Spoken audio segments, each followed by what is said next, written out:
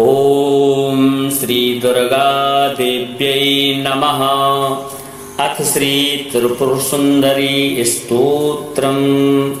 श्वेत पद्मासनारूढ़ां शुद्ध स्फटिक सन्निभां वंदे वाग्देवतां ध्यात्वा देवीं त्रिपुर सुंदरीं शैलाधिराजतनयां शंकर प्रियवल्लभां तरुणेन्दुनिभां वंदे देवीं त्रिपुर सुंदरीं सर्वभूतमनोरम्यां सर्वभूतेषु संस्थितां सर्वसम्पत्करीं वंदे देवीं त्रिपुर सुंदरी पद्मालयां पद्महस्तां पद्मसंभव सेवितां पद्मरागनिभां वंदे देवीं त्रिपुर सुंदरी पंचबाण धनुर्बाण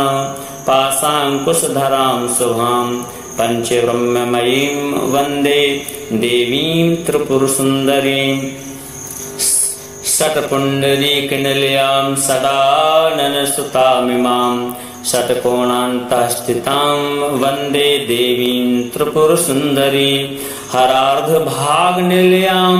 अम्बा मध्यसुतां मृडां हरिप्रियानुजां वंदे देवीं त्रिपुर सुंदरीं अष्टैश्वर्यप्रदां अम्बा अष्टदिक्पालसेवितां अष्टमूर्तिमयीं वंदे देवीं त्रिपुर सुंदरीं नवमाणिक्यमुकुटां नवनाथसुपूजितां नवयौवनसौभाग्यां देवी त्रिपुर सुंदरी काञ्चीवासमनोरम्यां काञ्चीदामविभूषितां काञ्चीपुरीश्वरीं वंदे देवीं त्रिपुर सुंदरीं श्वेतपद्मासनारूढ़ां शुद्धस्फटिक सन्निभां वंदे वाग्देवतां ध्यात्वा देवीं त्रिपुर सुंदरीं शैलाधिराजतनयां शंकर प्रियवल्लभां तरुणेन्दुनिभां वंदे देवीं त्रिपुर सुंदरीं सर्वभूतमनोरम्यां सर्वभूतेषु संस्थितां सर्वसम्पत्करीं वंदे देवीं त्रिपुर सुंदरी पद्मालयां पद्महस्तां पद्मसंभव सेवितां पद्मरागनिभां वंदे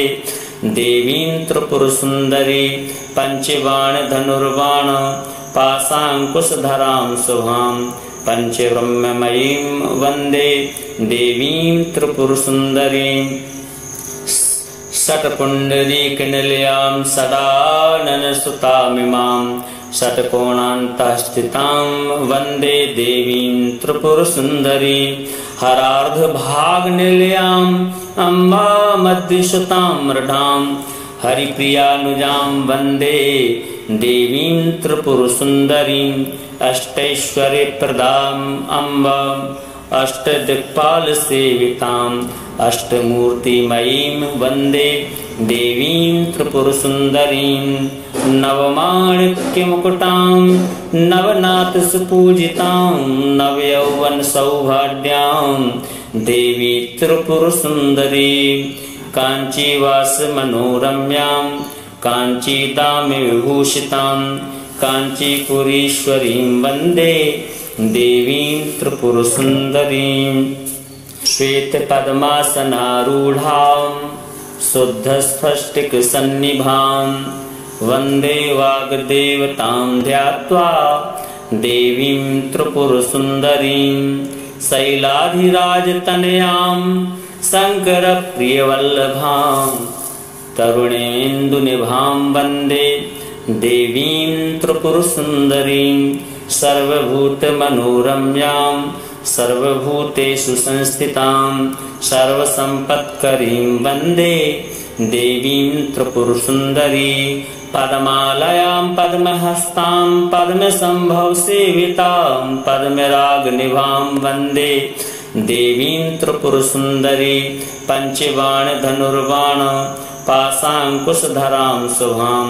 पंचब्रह्ममयीं वंदे देवीं त्रिपुर सुंदरीं षट्पुण्डरीकनिलयां सदाननसुतामिमां षट्कोणान्तः स्थितां वन्दे देवीं त्रिपुरसुन्दरी हरार्धभागनिलयाम् अम्बामद्रिसुतां मृडां हरिप्रियानुजां वन्दे देवीं त्रिपुरसुन्दरीं अष्टैश्वर्यप्रदाम् अम्बाम् अष्टदिक्पालसेविताम् अष्टमूर्तिमयीं वन्दे देवीं त्रिपुरसुन्दरीं नवमाणिक्यमुकुटां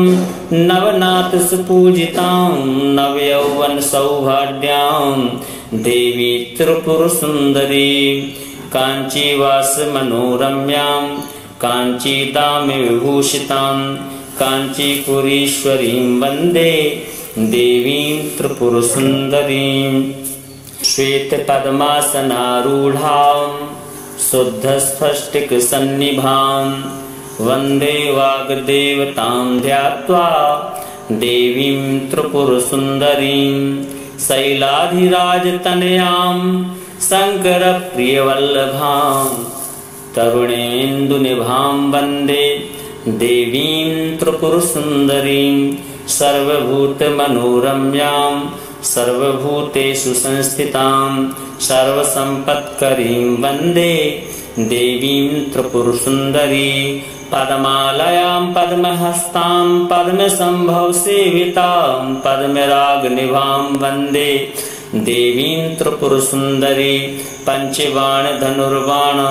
पाशाङ्कुशधरां शुभां पञ्चब्रह्ममयीं वन्दे देवीं त्रिपुरसुन्दरीं षट्पुण्डरीकनिलयां सदाननसुतामिमां षट्कोणान्तः स्थितां वन्दे देवीं त्रिपुरसुन्दरी हरार्धभागनिलयाम् अम्बामद्रिसुतां मृडां हरिप्रियानुजां वन्दे देवीं त्रिपुरसुन्दरीं अष्टैश्वर्यप्रदाम् अम्बाम्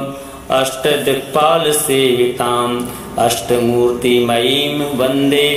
देवीं त्रिपुरसुन्दरीं नवमाणिक्यमुकुटां नवनाथसुपूजितां नवयौवनसौभाग्यां देवी त्रिपुरसुन्दरी काञ्चीवासमनोरम्यां काञ्चीदामविभूषितां काञ्चीपुरीश्वरीं वन्दे देवीं त्रिपुरसुन्दरीं श्वेतपद्मासनारूढां शुद्धस्फटिकसन्निभां वन्दे वाग्देवतां ध्यात्वा देवीं त्रिपुरसुन्दरीं शैलाधिराजतनयां शङ्करप्रियवल्लभां तरुणेन्दुनिभां वन्दे देवीं त्रिपुरसुन्दरीं सर्वभूतमनोरम्यां सर्वभूतेषु संस्थितां सर्वसम्पत्करीं वन्दे देवीं त्रिपुरसुन्दरी पद्मालयां पद्महस्तां पद्मसम्भवसेवितां पद्मरागनिभां वन्दे देवीं त्रिपुरसुन्दरी पञ्चबाणधनुर्बाण पाशाङ्कुशधरां शुभां पञ्चब्रह्ममयीं वन्दे देवीं त्रिपुरसुन्दरीं षट्पुण्डरीकनिलयां सदाननसुतामिमां षट्कोणान्तः स्थितां वन्दे देवीं त्रिपुरसुन्दरी हरार्धभागनिलयाम् अम्बामद्रिसुतां मृडां हरिप्रियानुजां वन्दे देवीं त्रिपुरसुन्दरीं अष्टैश्वर्यप्रदाम् अम्बाम् अष्टदिक्पालसेविताम् अष्टमूर्तिमयीं वन्दे देवीं त्रिपुरसुन्दरीं नवमाणिक्यमुकुटां नवनाथसुपूजितां नवयौवनसौभाग्यां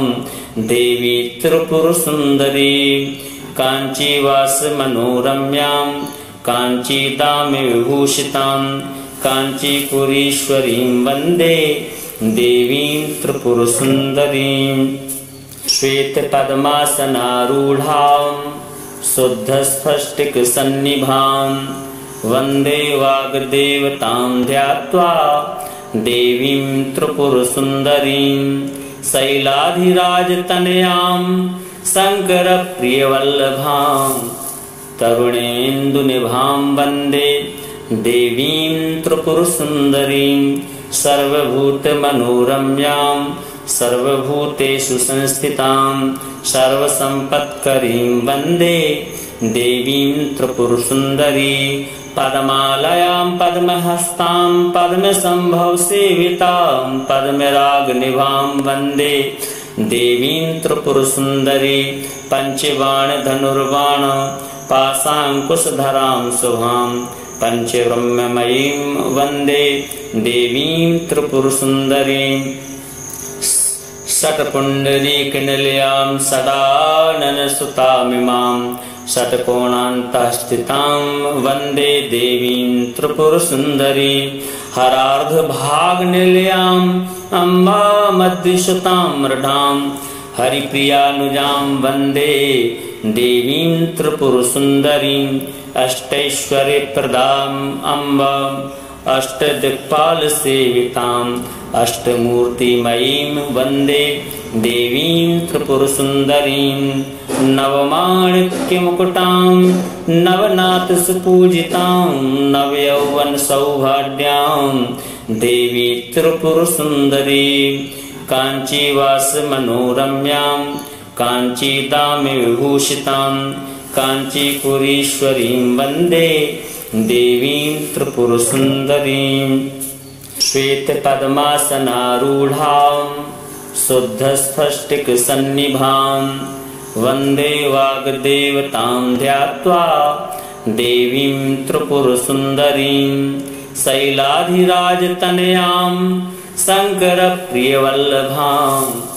तरुणेन्दुनिभां वन्दे देवीं त्रिपुरसुन्दरीं सर्वभूतमनोरम्यां सर्वभूतेषु संस्थितां सर्वसम्पत्करीं वन्दे देवीं त्रिपुरसुन्दरी पद्मालयां पद्महस्तां पद्मसम्भवसेवितां पद्मरागनिभां वन्दे देवीं त्रिपुरसुन्दरी पञ्चबाणधनुर्बाण पाशाङ्कुशधरां शुभां पञ्चब्रह्ममयीं वन्दे देवीं त्रिपुरसुन्दरीं षट्पुण्डरीकनिलयां षडाननसुतामिमां षट्कोणान्तःस्थितां वन्दे देवीं त्रिपुरसुन्दरी हरार्धभागनिलयाम् अम्बामद्रिसुतां मृडां हरिप्रियानुजां वन्दे देवीं त्रिपुरसुन्दरीं अष्टैश्वर्यप्रदाम् अम्बाम् अष्टदिक्पालसेविताम् अष्टमूर्तिमयीं वन्दे देवीं त्रिपुरसुन्दरीं नवमाणिक्यमुकुटां नवनाथसुपूजितां नवयौवनसौभाग्यां देवी त्रिपुरसुन्दरी काञ्चीवासमनोरम्यां काञ्चीदामविभूषितां काञ्चीपुरीश्वरीं वन्दे देवीं त्रिपुरसुन्दरीं श्वेतपद्मासनारूढां शुद्धस्फटिकसन्निभां वन्दे वाग्देवतां ध्यात्वा देवीं त्रिपुरसुन्दरीं शैलाधिराजतनयां शङ्करप्रियवल्लभां तरुणेन्दुनिभां वन्दे देवीं त्रिपुरसुन्दरीं सर्वभूतमनोरम्यां सर्वभूतेषु संस्थितां सर्वसम्पत्करीं वन्दे देवीं त्रिपुरसुन्दरी पद्मालयां पद्महस्तां पद्मसम्भवसेवितां पद्मरागनिभां वन्दे देवीं त्रिपुरसुन्दरी पञ्चबाणधनुर्बाण पाशाङ्कुशधरां शुभां पञ्चब्रह्ममयीं वन्दे देवीं त्रिपुरसुन्दरीं षट्पुण्डरीकनिलयां षडाननसुतामिमां षट्कोणान्तःस्थितां वन्दे देवीं त्रिपुरसुन्दरी हरार्धभागनिलयाम् अम्बामद्रिसुतां मृडां हरिप्रियानुजां वन्दे देवीं त्रिपुरसुन्दरीं अष्टैश्वर्यप्रदाम् अम्बाम् अष्टदिक्पालसेविताम् अष्टमूर्तिमयीं वन्दे देवीं त्रिपुरसुन्दरीं नवमाणिक्यमुकुटां नवनाथसुपूजितां नवयौवनसौभाग्यां देवी त्रिपुरसुन्दरी काञ्चीवासमनोरम्यां काञ्चीदामविभूषितां काञ्चीपुरीश्वरीं वन्दे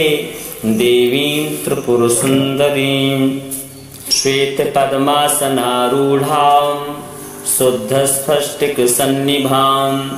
वन्दे वाग्देवतां ध्यात्वा देवीं त्रिपुरसुन्दरीं शैलाधिराजतनयां शङ्करप्रियवल्लभां तरुणेन्दुनिभां वन्दे देवीं त्रिपुरसुन्दरीं सर्वभूतमनोरम्यां सर्वभूतेषु संस्थितां सर्वसम्पत्करीं वन्दे देवीं त्रिपुरसुन्दरी पद्मालयां पद्महस्तां पद्मसम्भवसेवितां पद्मरागनिभां वन्दे देवीं त्रिपुरसुन्दरी पञ्चबाणधनुर्बाण पाशाङ्कुशधरां शुभां पञ्चब्रह्ममयीं वन्दे देवीं त्रिपुरसुन्दरीं षट्पुण्डरीकनिलयां षडाननसुतामिमां षट्कोणान्तःस्थितां वन्दे देवीं त्रिपुरसुन्दरी हरार्धभागनिलयाम् अम्बामद्रिसुतां मृडां हरिप्रियानुजां वन्दे देवीं त्रिपुरसुन्दरीं अष्टैश्वर्यप्रदाम् अम्बाम् अष्टदिक्पालसेविताम् अष्टमूर्तिमयीं वन्दे देवीं त्रिपुरसुन्दरीं नवमाणिक्यमुकुटां नवनाथसुपूजितां नवयौवनसौभाग्यां देवी त्रिपुरसुन्दरी काञ्चीवासमनोरम्यां काञ्चीदामविभूषितां काञ्चीपुरीश्वरीं वन्दे देवीं त्रिपुरसुन्दरीं श्वेतपद्मासनारूढां शुद्धस्फटिकसन्निभां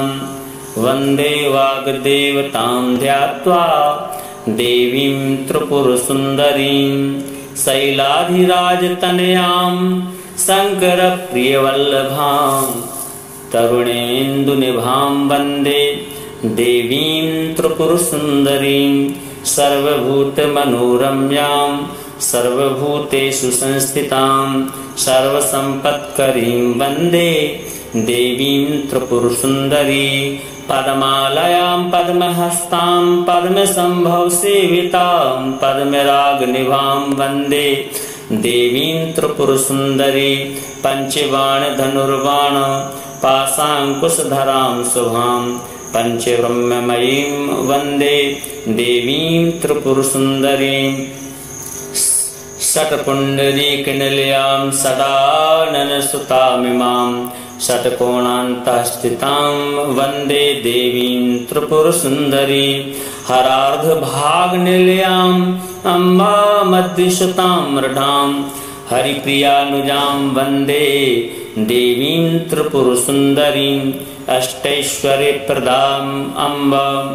अष्टदिक्पालसेविताम् अष्टमूर्तिमयीं वन्दे देवीं त्रिपुरसुन्दरीं नवमाणिक्यमुकुटां नवनाथसुपूजितां नवयौवनसौभाग्यां देवी त्रिपुरसुन्दरी काञ्चीवासमनोरम्यां काञ्चीदामविभूषितां काञ्चीपुरीश्वरीं वन्दे देवीं त्रिपुरसुन्दरीं श्वेतपद्मासनारूढां शुद्धस्फटिकसन्निभां वन्दे वाग्देवतां ध्यात्वा देवीं त्रिपुरसुन्दरीं शैलाधिराजतनयां शङ्करप्रियवल्लभां तरुणेन्दुनिभां वन्दे देवीं त्रिपुरसुन्दरीं सर्वभूतमनोरम्यां सर्वभूतेषु संस्थितां सर्वसम्पत्करीं वन्दे देवीं त्रिपुरसुन्दरी पद्मालयां पद्महस्तां पद्मसंभव सेवितां पद्मरागनिभां वन्दे देवीं त्रिपुरसुन्दरी पंचबाण धनुर्बाण पाशाङ्कुशधरां शुभां पंचब्रह्ममयीं वन्दे देवीं त्रिपुरसुन्दरीं षट्पुण्डरीकनिलयां षडाननसुतामिमां षट्कोणान्तःस्थितां वन्दे देवीं त्रिपुरसुन्दरी हरार्धभागनिलयाम् अम्बामद्रिसुतां मृडां हरिप्रियानुजां वन्दे देवीं त्रिपुरसुन्दरीं अष्टैश्वर्यप्रदाम् अम्बा अष्टदिक्पालसेविताम् अष्टमूर्तिमयीं वन्दे देवीं त्रिपुरसुन्दरीं नवमाणिक्यमुकुटां